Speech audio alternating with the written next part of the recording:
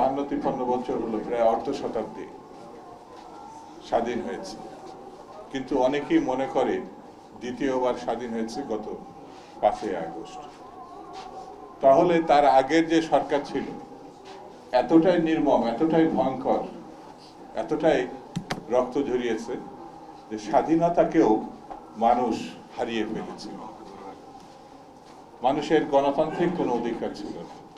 ন্যূনতম একটি ভোট তার পছন্দের প্রার্থীকে দেওয়ার সকল ক্ষমতা সে হারিয়ে ফেলেছে।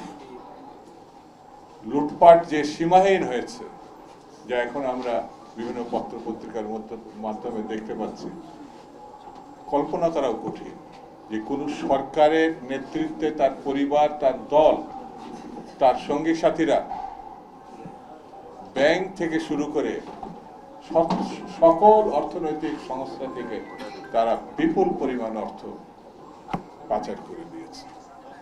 বন্ধুরা, যত তাড়াতাড়ি সম্ভব এই অর্থ এবং অবৈধ বৈধ যেসব অস্ত্র তাদের দলের নেতাকর্মীদের হাতে তুলে দিয়েছে, শত শত না লক্ষ লক্ষ, সেটি সরকারের হেফাজতে নেওয়ার জন্য আমি এই অনুষ্ঠান থেকে দাবি জানাচ্ছি। বন্ধুরা, বিএনপি এবং দেশবাসীর একটি ভালো নির্বাচনের প্রত্যাশায় এই সরকারের পাশে থাকবে।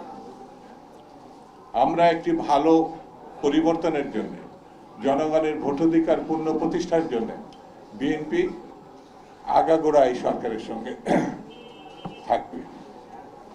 এই সরকার যাতে নির্বিঘ্নে কাজ করতে পারে তার প্রতি আমাদের নেতা শহীদ জিয়া রহমানের জ্যেষ্ঠ পুত্র, বাংলাদেশের সবথেকে জনপ্রিয় রাজনৈতিক দলের এখন অ্যাক্টিং চেয়ারপারসন জনাব তারেক রহমান সাহেব স্পষ্টভাবে তিনি এই সরকারকে সমর্থন জানিয়েছেন।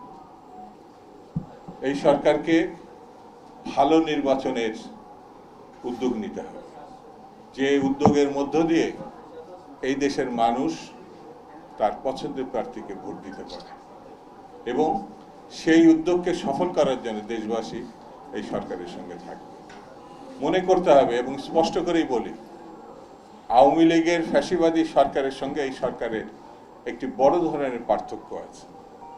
আওয়ামী লীগ মানুষকে ভোট দিতে দেয় নাই, মানুষ সেই জন্য সেই সরকারকে বিদায় করেছে, এবং যে সরকারকে প্রতিষ্ঠা করেছে মানুষ মনে করে সেই সরকারের মধ্য থেকে মাধ্যমে তারা তাদের অধিকার ফিরে পাবে। এই বিশ্বাস তারা করে, দেশবাসী না শুধু বিশ্ববাসীও এটা মনে করে। সেই জন্য সরকারকে সতর্ক হতে হবে এবং এটি যাতে সম্ভব হয় সেদিকে তাদের এগিয়ে যেতে হবে।